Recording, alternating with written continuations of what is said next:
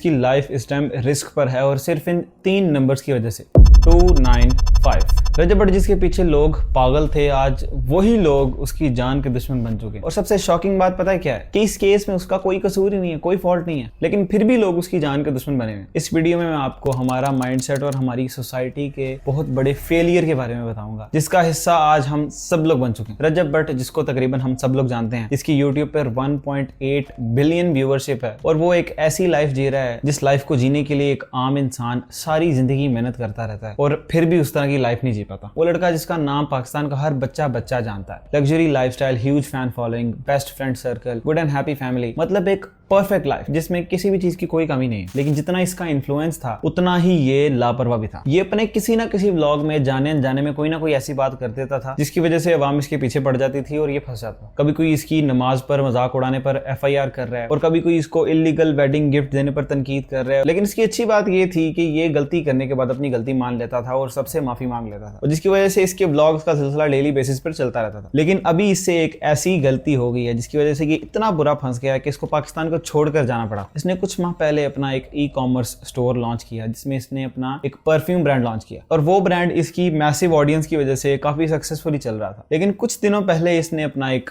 Perfume launch किया जिसका नाम इसने रखा 295। अब इसने इसका नाम 295 क्यों रखा? इसकी वजह है एक इंडियन पंजाबी सिंगर सिद्धू मूसेवाला, जिसका रजब बहुत बड़ा फैन है और उसको अपना मेंटोर और उस्ताद मानता है। और यहाँ पर लॉजिकल बात यह है कि रजब भट्ट की अम्मी सिद्धू मूसेवाले की मगफिरत के लिए दुआएं भी करती है। खैर, इसने ये नाम इसलिए भी रखा, इसका कहना था कि सिद्धू मूसेवाले पर 295 दफा लगी है और मेरे ऊपर भी लगी है, बल्कि मेरे ऊपर तो 2 लगी हैं, एक 295A और एक 295C। लेकिन इसको ये मालूम नहीं था कि पाकिस्तान में 295C का क्या मतलब है। मजीद ये कि इसके उस्ताद का एक गाना था 295 जो काफी फेमस हुआ, वो पॉइंट भी इसमें शामिल था। तो मिल मिलाकर इसने अपने परफ्यूम का नाम रख दिया 295। लेकिन इसको ये मालूम नहीं था कि ये आगे जाकर किस मुसीबत में फंसने वाला है। और हाँ, आगे चल के मैं आप लोगों को ये भी बताऊंगा कि रजब भट्ट सिद्धू मूसेवाले को अपना उस्ताद क्यों मानता है। खैर, इसने अपने परफ्यूम का नाम रख लिया 295 और इसने अपने व्लॉग में भी कह दिया कि मुझ पर 295A भी है और 295C भी है। In Pakistan 295C use of derogatory remarks etc. in respect of holy prophet whoever by words either spoken or written or by visible representation or by any imputation, innuendo or insinuation directly or indirectly defiles the sacred name of holy prophet, peace be upon him, shall be punished with death or imprisonment for life and shall also be liable to fine। मतलब जिसने profit Mohammad सल्लल्लाहु अलैहि वसल्लम की तौहीन की होगी उस पर 295C लगेगी जिसकी सजा मौत है। लेकिन रजब भट्ट ने तो कोई ऐसा काम नहीं किया और कोई तौहीन नहीं की, लेकिन फिर भी लोग इसके पीछे क्यों पड़े हुए हैं? वेल, अवाम के इस रिएक्शन से ये पता चलता है कि हमारी सोसाइटी किस किस साइकोलॉजिकल बीमारियों का शिकार है, जिसने एक लम्हे में रजब भट्ट को सर पे बिठा दिया और दूसरे लम्हे में उसको जमीन पे गिरा दिया। अब जब रजब भट्ट अपनी इनिशियल स्टेजेस में था तो हर कोई इसे सपोर्ट कर रहा था और हर कोई इसकी तारीफ कर रहा था क्योंकि ये एक नॉर्मल सा यूट्यूबर था। लेकिन जैसे जैसे इसकी फॉलोइंग बढ़ती गई और ये फाइनेंशियली भी स्ट्रांग होने लगा तो वो लोग जो ऑलरेडी किसी न किसी पोजीशंस पर पहुंचे हुए थे, from showbiz industries, business communities और इवन के रिलीजियस कम्युनिटीज से भी, वो लोग इससे इनसिक्योर होने लगे और अपनी अचीवमेंट्स को रजब की अचीवमेंट्स के साथ कंपेयर करने लगे, जिसकी वजह से उनके अंदर इंफीरियोरिटी कॉम्प्लेक्स बढ़ने लगा और वो रजब भट्ट से जेलस होने लगे और मौके ढूंढने लगे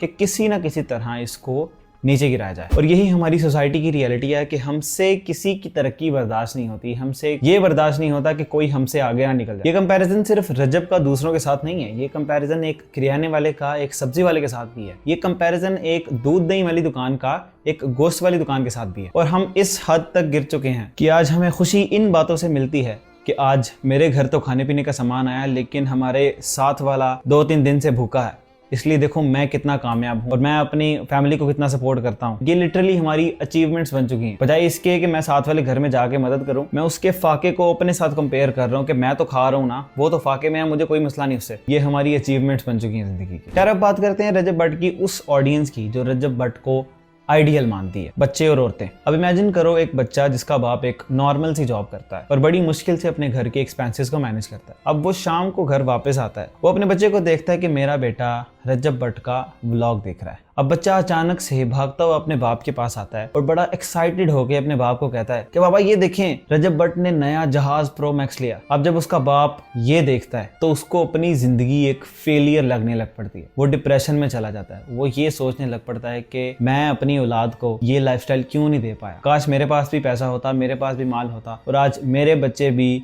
जहाज प्रो मैक्स में घूम रहे होते। और इसी तरह जब वो रोज घर वापस आता है और रोज अपने बेटे को रजब का व्लॉग देखते हुए देखता है तो रोज उसी डिप्रेशन में जाता है, जिनकी वजह से उनकी वो छोटी छोटी खुशियां जिनको वो एक टाइम पे सेलिब्रेट किया करते थे वो भी खत्म हो जाती हैं। और दूसरी तरफ वो बच्चा जब रात को सोने लगता है वो अपने आप को रजब भट्ट की जगह रिप्लेस करके खुद को हीरो मानकर वो लाइफ इमेजिन कर रहा होता है और सोचता है कि एक दिन मेरे पास भी यही गाड़ी होगी, मेरे पास भी यही लाइफस्टाइल होगा, मेरे पास भी यही घर होगा। और ये एक सिर्फ हाइपोथेटिकल सिचुएशन नहीं है बल्कि लाखों घरों की रियलिटी है, जिनकी रोज छोटी छोटी खुशियों को ये फैमिली व्लॉगर्स अपनी बड़ी बड़ी खुशियां दिखाकर खत्म कर देते हैं, खा जाते हैं। अब ये वो लोग हैं जो रजब भट्ट को अपना आइडियल तो मानते हैं लेकिन दिल के किसी एक कोने में रजब भट्ट से जेलस भी फील करते हैं, सिर्फ फाइनेंशियल डिफरेंस की वजह से। और अब ये वही लोग हैं जो बिना किसी जांच पड़ताल किए उसी मॉब का हिस्सा बन जाते हैं जो मॉब रजब भट्ट से शुरू से नफरत करता था और रजब को किसी ना किसी प्रॉब्लम में फंसाना चाहता था, जिसका रिजल्ट ये निकला कि वही ऑडियंस जो इसकी सपोर्ट में थी इमीडिएटली उसके खिलाफ हो गई, ये जानते हुए कि रजब भट्ट ने कोई ऐसा काम नहीं किया, कोई तौहीन नहीं की जिसकी वजह से उसके ऊपर 295 सी लगे। लेकिन फिर भी ये लोग उसको मारना चाहते हैं सिर्फ जेलसी की वजह से। और मजीद ये कि हम ये भी जानते हैं कि हमारी सोसाइटी रिलीजन को लेकर कितनी सेंसिटिव है, इतनी सेंसिटिव है कि अगर मैं बाजार में जाकर किसी एक बंदे पर इशारा करके ऊंची आवाज में कह दूं कि ये गुस्ताहे रसूल है, इसने प्रॉफिट मोहम्मद सल्लल्लाहु अलैहि वसल्लम की तौहीन की है, तो जितने भी लोग इर्द गिर्द होंगे वो बिना कोई सवाल किए, बिना कुछ पूछे उसको मार देंगे।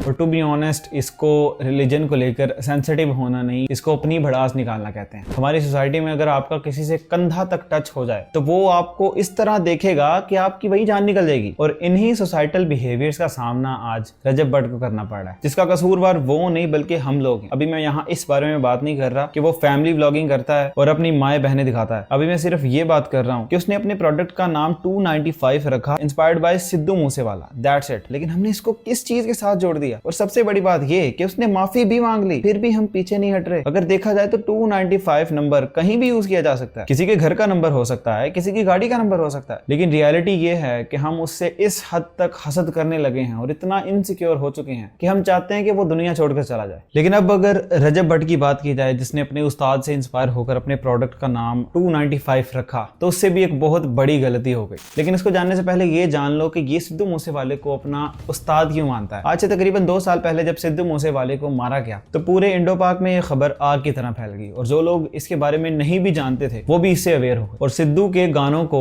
मजीद शिद्दत के साथ सुनने लग पड़े। अब आप गौर करो तो रजब भट्ट का पहला व्लॉग भी आज से 2 साल पहले आया था। अब इसने देखा कि सोसाइटी में हर जगह सिद्धू मूसेवाले का नाम लिया जा रहा है, तो इसने सिद्धू के पर्सनैलिटी ट्रेट्स को कॉपी करना शुरू कर दिया और अपने व्लॉग्स में सिद्धू की तारीफें करना शुरू कर दी और उसकी बहुत रिस्पेक्ट करना शुरू कर दी। जिससे हुआ ये कि वो लोग जो सिद्धू के फैन थे वो इसको भी लाइक करने लग पड़े और इसने उसकी ऑडियंस को अपनी तरफ अटैक कर लिया। अब जो गलती रजब भट्ट से हुई है उससे उसकी ऑडियंस को रजब भट्ट के IQ लेवल का पता चलेगा कि आप लोग जिसको अपना मेंटोर मानते हो, जिसके पीछे चलते हो, जिसके बारे में सारा सारा दिन सोचते रहते हो, उसका IQ लेवल क्या है, वो कितना को पढ़ा लिखा इंसान। और वो मिस्टेक ये है कि तुम्हें ये तक मालूम नहीं था, तुम इतने लाइल्म थे कि तुम्हें पाकिस्तान के इतने सेंसिटिव लॉ के बारे में नहीं पता। तुम्हें ये सोचना चाहिए कि तुम्हारी इतनी बड़ी ऑडियंस बन चुकी है जो तुम्हारे नक्शे कदम पर चलना चाहती है, जो तुम्हारे हर एक स्टेप को फॉलो करती है, लेकिन आप इतने इलिटरेट हो कि आपको एक बेसिक चीज के बारे में इल्म नहीं था। चलो मान लिया कि आपको इल्म नहीं था, लेकिन आपकी कम्युनिटी में भी किसी को मालूम नहीं था। रजब भट्ट का ये एक्ट उसकी ऑडियंस के लिए एक डायरेक्ट इंडिकेटर है कि वो कितना ही पढ़ा लिखा और समझदार इंसान है, और साथ ही साथ उसकी कम्युनिटी भी, जिसको तुम लोग आंखें बंद करके फॉलो कर रहे हो। और इस उम्मीद पे कि शायद मैं भी एक दिन उस जैसी लाइफ गुजारूंगा। मगर अफसोस की बात यह है कि उसको फॉलो करने से और रोज उसके व्लॉग्स देखने से वो अमीर से अमीर तर होता गया, और तुम जिसने आज से 2 साल पहले उसको देखना शुरू किया था, तुम खुद अपने आप को आईने में देख सकते हो।